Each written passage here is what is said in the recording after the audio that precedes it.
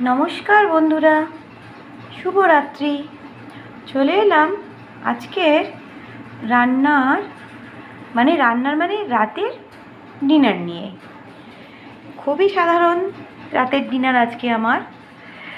সাদা আলুর তরকারি, এতে হিং দেওয়া আছে, আর হিং আর কালো জিরে ফোড়ন, টমেটো, কাঁচা লঙ্কা দিয়ে সাদা আলুর তরকারিটা কিন্তু ব্যাপক খেতে লাগে। দেখো কালারটা কি সুন্দর হয়েছে। সাথে আছে বেগুন ভাজা আর গরম গরম রুটি। এই বৃষ্টির দিনে রুটিটা গরম না হলে ঠিক ভালো লাগে না।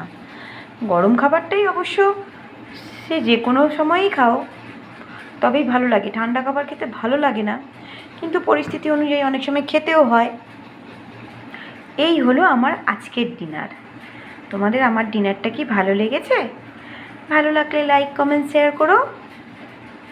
এখন টাটা, আসছি পরের ভিডিও নিয়ে।